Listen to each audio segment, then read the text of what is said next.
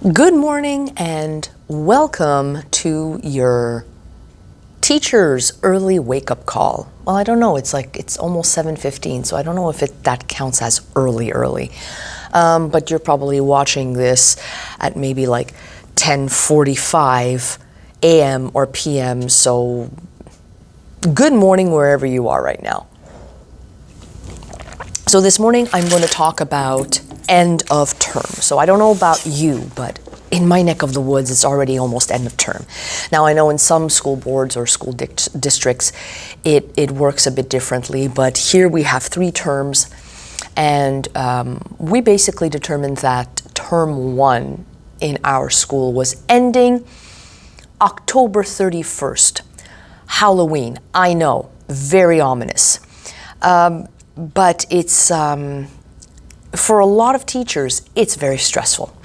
It's very stressful because you spend better part of September getting to know your students, reacquainting yourself with your classroom routine. Hey, it takes 21 days to create a habit, so by then it's already mid to end September, and you want to make sure your students are up to par, they've done review.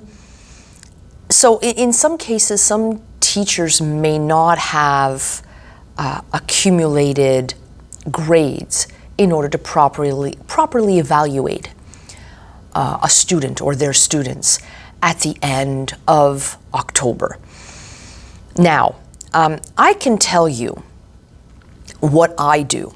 Will it work for every teacher? No. But I can tell you, and I don't want to say it's been proven, but studies have shown, like a lot of people say, some tips and tricks that I've developed over the last few years that allow me to be prepared and to have a sufficient amount of assessments to properly evaluate a student and to properly grade them.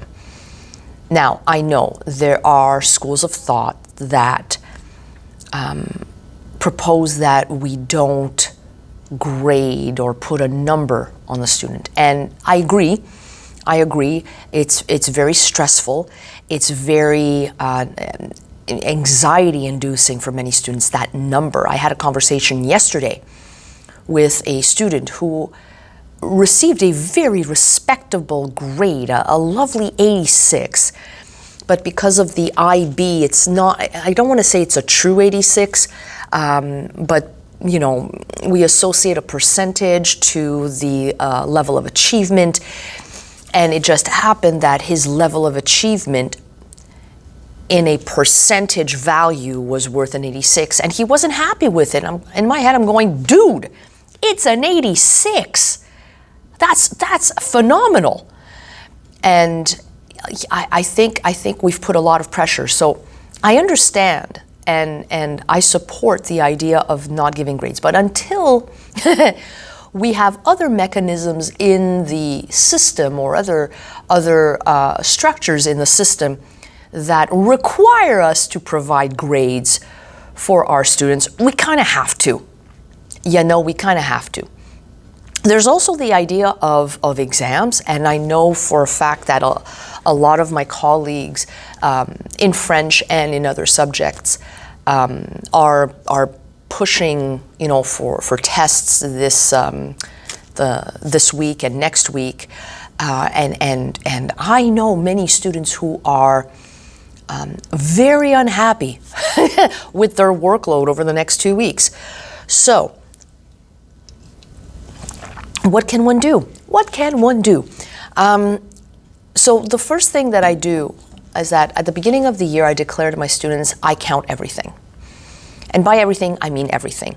I don't want to say an inordinate amount of reading comprehensions, but all little assignments that I give in class, they all count. So I have accumulated more or less 6 to 8 assignments over the course of 2 months that could be used for assessment purposes. Now, I'm a big believer in evaluating with purpose. I don't know how else to explain it. Meaning, yes, I'm going to evaluate all the time and I'm going to count everything, but it doesn't mean that everything will count. Meaning that if a student had a really bad assignment, like a really crapulent grade, I'm not going to use it. So it is reflective of a student's true potential. And let's face it, not all assessments are meaningful to the student. It might be meaningful to us, it might make sense to us, but the student doesn't get it. Does that mean that the student must fail? No.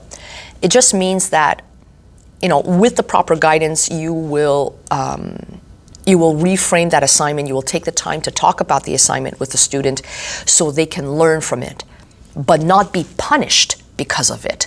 And I think that's one of the biggest hurdles in some subjects where they're evaluated, and that evaluation is worth 50% of their mark for the term or the year, it's not the teacher's fault, it's the way that the course is structured. And that student bombs the exam or the evaluation, and that's the end of them. And it's so unfortunate because learning is so much more than just the evaluation. So that's the first thing that I do. I count everything.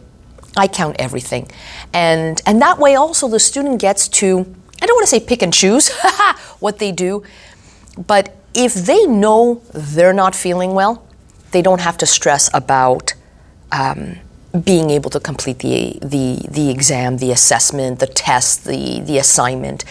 And I always encourage my students to talk to me if they're having problems, if they take ownership, if they are accountable. And to me, having a student come up to me and say, look, I'm swamped right now. I'm stressing because I have a math test, a chem test, and an English assignment. Could I hand in your assignment like tomorrow instead, or after tomorrow instead of tomorrow?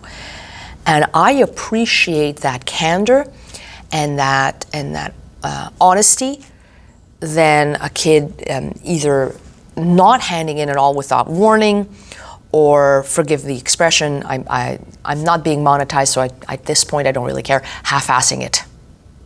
Am I allowed to say ass?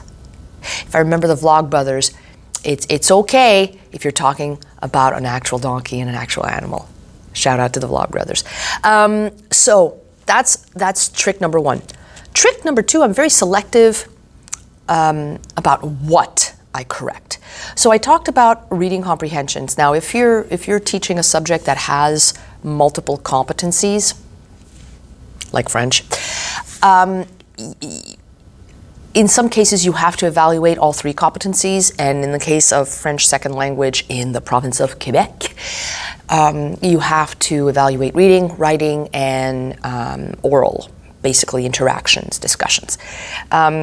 There's not a whole lot I can do when it comes to interactions, especially group interactions. You have to set a time where you can meet students.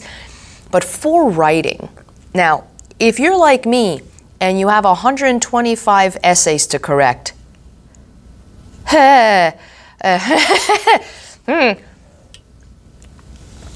have to be creative. You have to find ways to correct efficiently, evaluate efficiently, and also ensure that, your mental health is at stake here. If you're going to burn yourself during term one because you're trying to correct 125 essays,